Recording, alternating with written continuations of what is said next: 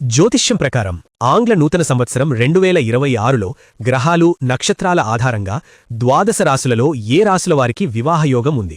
ఈ శుభయోగం వేళ ఎవరికి కళ్యాణ ఘడియలు మోగనున్నాయనే ఆసక్తికరమైన విషయాలను ఇప్పుడు తెలుసుకుందాం. మరికొన్ని రోజుల్లో కొత్త ఏడాది ప్రారంభం కానుంది.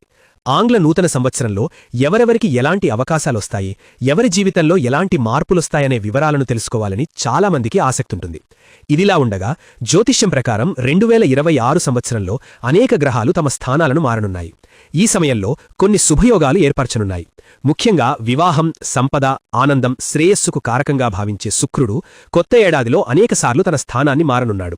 మరోవైపు గురుడి కదలిక వేగంగా జరగనుంది.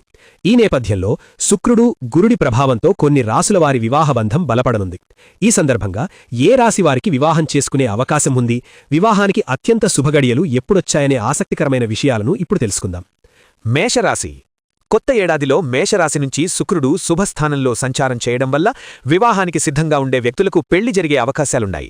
ముఖ్యంగా మార్చి 2న శుక్రుడు మీనంలోకి ప్రవేశించిన సమయంలో అవివాహితులకు మంచి వివాహ సంబంధాలు రావడమే కాదు, కోరుకున్న జీవిత భాగస్వామిని పొందే అవకాశముంది. మరోవైపు జూన్ 2వ తేదీ వరకు సప్తమ స్థానంలో గురుడి ప్రభావంతో వివాహ ఏర్పాట్లన్నీ వేగవంతమవుతాయి. ఈ కాలంలో మీరు వివాహం కోసం చేసే ప్రయత్నాలన్నీ విజయవంతమవుతాయి. వృషభరాశి. కొత్త ఏడాది 2026లో వృషభరాశి వారికి వివాహం విషయంలో శుభఫలితాలు రానున్నాయి. మార్చి 26న మీనంలో శుక్రుడి సంచారం, మరోవైపు కర్కాటకం, మిథునంలో గురుడి కదలిక కారణంగా ఈ రాశివారి జీవితంలో సానుకూల మార్పులు రానున్నాయి. ఈ కాలంలో శుక్రుడి ప్రభావంతో మీ కష్టాలన్నీ తొలగిపోతాయి. మీరు కోరుకున్న భాగస్వామిని పొందే అవకాశాలున్నాయి. మీ కుటుంబానికి సరిపోయే వ్యక్తిని వివాహం చేసుకుంటారు. 2 జూన్ 2026 నుంచి 31 అక్టోబర్ 2026 వరకు గురుడి ప్రభావంతో మీ వివాహ ప్రయత్నాలు విజయవంతమవుతాయి. ఆ తర్వాత సమయం అనుకూలంగా ఉండకపోవచ్చు.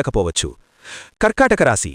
కర్కాటక రాశివారిలో ఒంటరిగా ఉండే వ్యక్తులకు కొత్త ఏడాదిలో కొంగత్త వెలుగులు ప్రకాశించే అవకాశముంది. మీరు కోరుకున్న భాగస్వామిని పొందుతారు. ఈ రాశివారికి శుక్రుడు, గురుడి ప్రభావంతో కొత్త ఏడాదిలో వివాహయోగం లభించనుంది. ఈ కాలంలో మీరు ప్రేమ వివాహం చేసుకునే అవకాశముంది. కొత్త ఏడాదిలో మార్చి నుంచి 1 జూన్ 2026 వరకు నిశ్చితార్థం, వివాహాది శుభకార్యాలకు సమయం అనుకూలంగా ఉంటుంది. ఆ తర్వాత 2 జూన్ 2026 నుంచి 31 అక్టోబర్ 2026 వరకు గురుడి స్థానం బలహీనంగా ఉంటుంది. ఈ సమయంలో వివాహ సమస్యలు ఎదురయ్యే అవకాశముంది. కాబట్టి జాగ్రత్తగా ఉండాలి.